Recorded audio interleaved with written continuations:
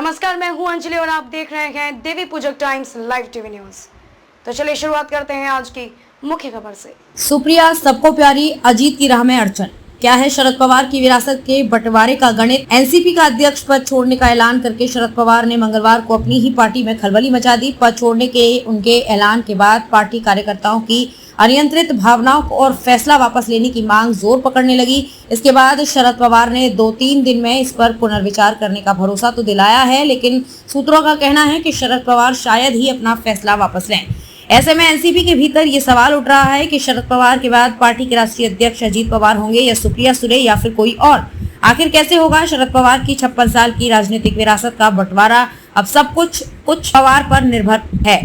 कहने को शरद पवार ने पार्टी के नए अध्यक्ष के चुनाव के लिए पार्टी के वरिष्ठ नेताओं की एक समिति गठित कर दी है, लेकिन पार्टी के भीतर नए अध्यक्ष के तौर पर अजीत पवार से ज्यादा सुप्रिया सुले का पल्ला भारी बताया जा रहा है।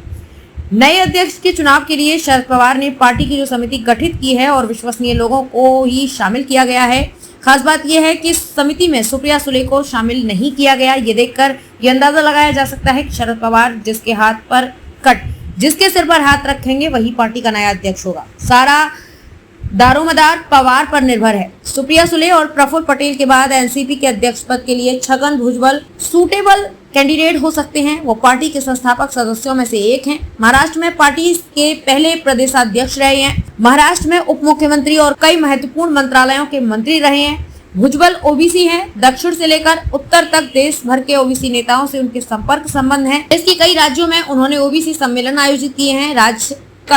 राजस्थान और बिहार जैसे हिंदी पट्टे में भी उनकी सभाओं को अच्छा रिस्पांस मिला था, लेकिन प्रफुल्ल पटेल की तरह ही उन पर भी करप्शन के गंभीर आरोप हैं। महाराष्ट्र सदन घोटाला और मनी लॉन्ड्रिंग के आरोपों के चलते साल भर तक जेल काट चुके हैं। करप्शन के आरोपों के चलते ही पटेल और भुजबल की संभावना छीन हो सकती है। लिहाजा सुप्रिया सुले ही एकमात्र मजबूत दावेदार नजर आ रही हैं। खबरों में अब तक के लिए बस इतना ही। मिलते हैं फिर ऐसी ही किसी बड़ी खबर के साथ। तब तक के लिए नमस्कार।